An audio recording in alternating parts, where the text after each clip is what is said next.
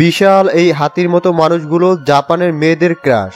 আপনি হয়তো ভাবছেন এরা সারাদিন শুধু খেতেই থাকে আর খেয়ে খেয়ে এমন বিশাল আকারের শরীর তৈরি করেছে, কিন্তু তা একেবারেই নয়। তাদেরকে বিভিন্ন নিয়ম কানুন মেনে চলতে হয়, যা শুনলে আপনি অবাক না হয়ে পারবেন না। আজকের এই ভিডিওতে এদের সম্পর্কে এমন কিছু ফ্যাক্ট জানাবো যা হয়তো আপনি এর আগে কখনোই শুনেননি। এই ফ্যাক্টগুলো আপনাকে যেমন হাসতে বাধ্য করবে তেমনি অবাকও করবে।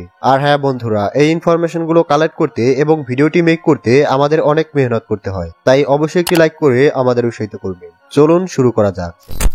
Special diet. হাতির মতো মোটা সৌম্য রেসলারদেরকে দেখে অনেকেই হয়তো ভাবেন এরা সারাদিন খেতেই থাকে, তা না হলে এমন বিশাল আকারের শরীর কিভাবে হয়। কিন্তু তা একেবারেই নয়। এরা বিশেষ এক ধরনের ডায়েট মেনটেন করে চলে। আমরা দিনের মধ্যে যখন ইচ্ছে তখনই খেতে পারি, সেটা কম হোক কিংবা বেশি। কিন্তু এরা দিনের মধ্যে শুধুমাত্র দুবার খাবার খায়, তাও আবার বিশেষ এক প্রকারের স্যুপ, যার মধ্যে থাকে চিকেন সহ বিভিন্ন সবজি। এছাড়াও এরা অনেক প্রোটিন জাতীয় খাবার খায়। আমরা যে অনুযায়ী খাবার খাই সেই অনুযায়ী তারা আমাদের চেয়ে কম খাবার খায়। হ্যাঁ, ঠিকই শুনেছেন, এরা আমাদের মতো এত মাছ মাংস খায় না। তবে এরা যেই খাবার খায় তা একবার খেলে আপনার দিনে আর খেতে হবে না। আর সেই খাবারগুলোর জন্যই তাদের শরীরে এত ফ্যাট জমা হয়। এরপরও তারা খুবই শক্তিশালী। এরা সর্বদা লড়াইয়ের জন্য প্রস্তুত থাকে। The highest rank. সুম্বো রেসলারদের যখন ফাইট হয় তখন একটি হাইয়েস্ট র্যাঙ্কের পজিশন থাকে, আর যে হাইয়েস্ট র্যাঙ্কে পৌঁছাতে পারে তাকে বলা হয় ইউকোজুনা অথবা গ্র্যান্ড চ্যাম্পিয়ন। আর এই চ্যাম্পিয়নশিপ পাওয়ার জন্য সেখানকার প্রতিটি সুম্বো রেসলারের সাথে প্রতিযোগিতায় অংশগ্রহণ করতে হয়, আর সকলের মধ্যে একজন হয়ে উঠতে হয়। আর সেই একজন বিজয়ীকে গ্র্যান্ড চ্যাম্পিয়ন বলা হয়। এটি সত্যিই কষ্টকর। এই পর্যন্ত 72 জন সুম্বো রেসলার এই খেতাব অর্জন করেছে। এই খেলাটি 1700 শতাব্দী থেকে শুরু হয়েছে। একজন সুম্বো রেসলার আজীবন তার এই পেশায় নিয়োজিত থাকে। তবে সে যদি কখনো মনে করে তার দ্বারা আর এই কাজটি সম্ভব না, তাহলে সে অবসর গ্রহণ করতে পারে। সুম্বো রেসলার অ্যান্ড গার্লস। আপনি শুনে অবাক হবেন, এমনকি আপনার কাছে এটি হাস্যকর মনে হতে পারে, কারণ এই সুমো রেসলাররা জাপানি মহিলাদের কাছে খুবই জনপ্রিয়। সেখানকার মেয়েরা এদের জন্য প্রায় পাগল।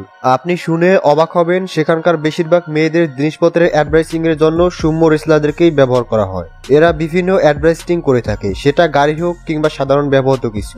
এদেরকে দেখে আপনার মনে হচ্ছে আলুর বস্তা, কিন্তু সেখানকার মেয়েদের জন্য এরাই হিরো। তাই সেখানকার বেশিরভাগ ছেলেরাই সুমো রেসলার হওয়ার স্বপ্ন দেখে, যেমনটা আমাদের দেশের ছেলেরা নায়ক হতে চায়। মেয়েরা শুধু শক্তিশালী সুম্মো রেসলারদেরকেই পছন্দ করে তা নয়, এরা নবীন অ্যাথলেটদেরকেও পছন্দ করে, কারণ তারা মনে করে সুম্মো রেসলাররা সৃষ্টিকর্তার অসাধারণ সৃষ্টি। সর্বোপরি এটাই বলতে হয়, জাপানিদের পছন্দ আমাদের চেয়ে একেবারেই আলাদা।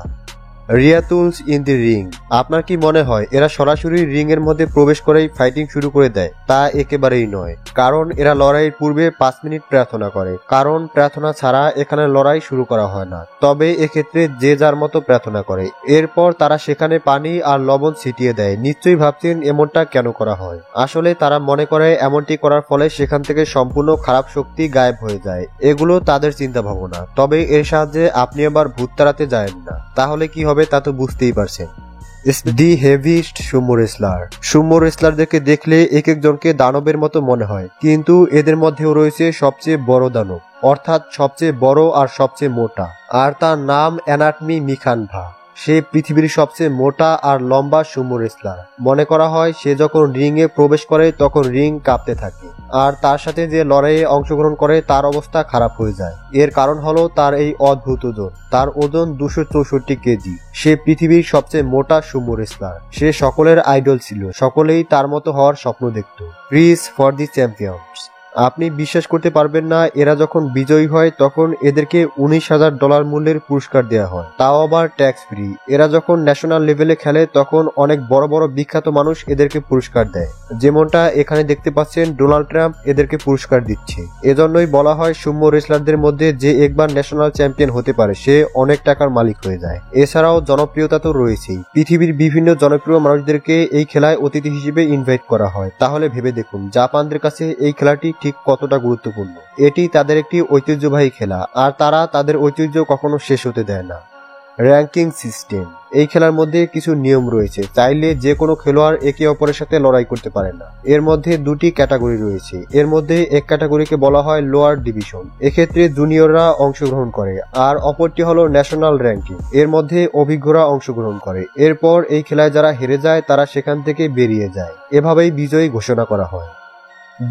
সিলিন্ডার রিক্সি। আপনার কি মনে হয় যারা সুমো রেসলিং করে তারা সকলেই দেখতে একই রকম, অর্থাৎ তারা সকলেই দেখতে এমন মোটা শরীরের অধিকারী? কারণ অনেক সময় এই খেলার মধ্যে এমন প্রতিযোগীও এসে যায় যারা দেখতে একেবারেই বডি বিল্ডারদের মতো। এমন অনেক প্রতিযোগী আছে যাদের শরীরের মধ্যে 1%ও ফ্যাট নেই, তারাও সুমো রেসলিং করেছে। শুধু প্রতিযোগিতায় অংশগ্রহণ করেছে তাই নয়, অনেক ভালো পারফর্মও করেছে।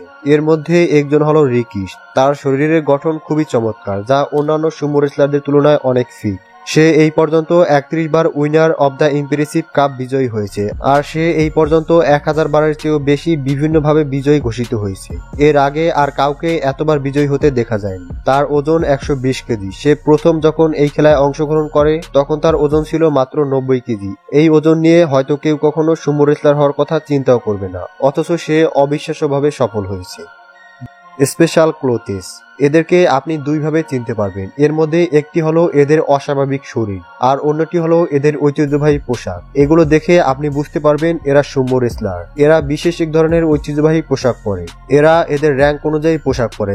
যারা জুনিয়র তারা কাঠের এক প্রকার বিশেষ জুতো পরে, আর যারা অভিজ্ঞ তারা স্যান্ডেল এবং মোজা পরে। তারা সবসময় তাদের ঐতিহ্যবাহী পোশাক পরে থাকে। এক্ষেত্রে যদি প্রচন্ড শীত থাকে তখনও তারা ভারী কোনো শীতের পোশাক পরে না, কারণ তাদের শরীরে অনেক ফ্যাট থাকে, ফলে তারা খুব বেশি একটা শীতল অনুভব করে না। ট্রেডিশনাল হেয়ার স্টাইল, এদের হেয়ার স্টাইল একেবারেই আলাদা। তবে আপনি কি কখনো ভেবে দেখেছেন সকল সুমো রেসলার একই রকমের হেয়ার স্টাইল কেন করে? এর পেছনেও একটি ইতিহাস রয়েছে। আসলে 1700 শতাব্দীতে সর্বপ্রথম যে এই খেলাটি শুরু করেছিল তার হেয়ার স্টাইল এমনই ছিল, তাই সকলে তাকে সম্মান দেখিয়ে এমন হেয়ার স্টাইল করে। তবে তারা অন্যান্য মানুষ যেখানে হেয়ার স্টাইল করে সেখানে তারা যায় না। তাদের জন্য আলাদা স্পেশালিস্ট থাকে যারা সুমো রেসলারদের হেয়ার কাট করে, আর তাদের কাছে এই কাজের জন্য লাইসেন্স রয়েছে। মাওয়াশি, আপনাকে যদি জিজ্ঞেস করা হয় সুমো রেসলাররা রিং এ কি পরে, তাহলে আপনি কি এর জবাব দিতে পারবেন? এটি একটি সাধারণ প্রশ্ন হলেও অনেকেই এটা জানে না। আসলে এরা যে কাপড় পরে সেটিকে মাওয়াশি বলা হয়। এটি তাদের একটি ঐতিহ্যবাহী কাপড়, আর তখন থেকেই এটির এমন নাম দেওয়া হয়েছে। তবে এটি কোনো সাধারণ কাপড় নয়। এক টুকরো কাপড়টিকে যে কোনো মানুষ চাইলে পরতে পারবে।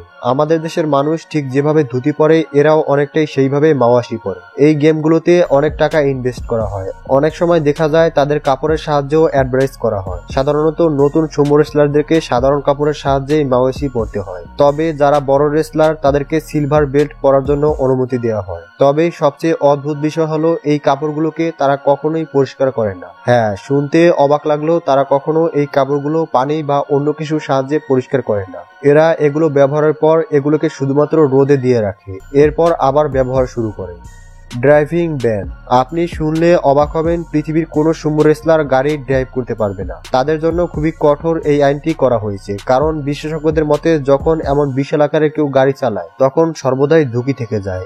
এটা শুধু তাদের জন্যই ঝুঁকিপূর্ণ নয়, তাদের কারণে রাস্তায় চলমান সাধারণ মানুষেরও অনেক ধরনের ক্ষতি হতে পারে। তাই তারা ড্রাইভিং করতে পারে না। তবে এক্ষেত্রে তারা ড্রাইভারের ব্যবহার করতে পারে, আর ড্রাইভার ব্যবহার করে তারা গাড়ির সাহায্যে যে কোনো জায়গায় যেতে পারবে। আর যদি কোনো সময় রেসলার ড্রাইভিং করা অবস্থায় পুলিশের হাতে ধরা পড়ে তাহলে তার ক্যারিয়ারের অনেক বড় ক্ষতি হয়ে যাবে, এমনকি তাকে সুমো রেসলিং থেকে বাদ দিয়ে দেওয়া হতে পারে। এটি শুধু আইন করা হয়েছে তাই নয়। 2018 সালে অনুসারিক নামক একজন রেসলার ড্রাইভিং করা অবস্থায় অ্যাক্সিডেন্ট করে। এর ফলে তাকে সুমো রেসলিং থেকে বাদ দিয়ে দেওয়া হয়েছিল। তার থেকে জানা যায় সে তার মোটা পেটের জন্য গাড়ি নিয়ন্ত্রণ করতে পারছিল না, এর ফলেই অ্যাক্সিডেন্ট হয়েছে। তবে এই নিয়মটি 2012 সাল থেকেই চালু করা হয়েছিল। এরপরেও সে নিয়ম ভঙ্গ করে এই কাজ করায় তাকে এমন শাস্তি দেওয়া হয়েছে, যা তার জীবনের সবচেয়ে বড় শাস্তি বলে আমি মনে করছি, কারণ এর ফলে তার ক্যারিয়ার একেবারেই ধ্বংস হয়ে গেছে। আর্মিড জুগিস, আপনি হয়তো সুমো ফাইটের সময় দেখেছেন বিশেষ একজন মানুষ থাকে যাকে সাধারণত রেফারি বলা হয়। সে এমন অদ্ভুত কাপড় পরে যা দেখে মনে হয় সে কোনো থিয়েটারের আর্টিস্ট, আর এই রেফারির সাথে থাকা ধারালো ছুরি। আপনি নিশ্চয়ই ভাবছেন এর সাহায্যে কি করে। এর সাহায্যে কি করে সেটা শুনলে আপনি অবাক হয়ে যাবেন। এর সাহায্যে তারা আত্মহত্যা করে। অবিশ্বাস্য মনে হলেও এটাই তাদের নিয়ম। কিন্তু কেন, তার আগে জেনে নিন খেলার মধ্যে কয়েক প্রকার রেফারি থাকে। যখন জুনিয়রদের খেলা হয় তখন রেফারি সাদা রঙের পোশাক পরে আর তার পায়ে কোনো জুতো থাকে না। আর যখন সিনিয়রদের খেলা হয় তখন রেফারি কালারফুল পোশাক পরে আর তাদের সাথে থাকে ছুরি। তারা যদি কোনোভাবে প্রতিযোগীদেরকে নিয়ন্ত্রণ করতে না পারে তাহলে এই ছুরির সাহায্যে নিজেই নিজের জীবন নিয়ে নেয়, যাকে বলে আত্মহত্যা। এটি সত্যিই অদ্ভুত একটা নিয়ম। স্টেবলিশ।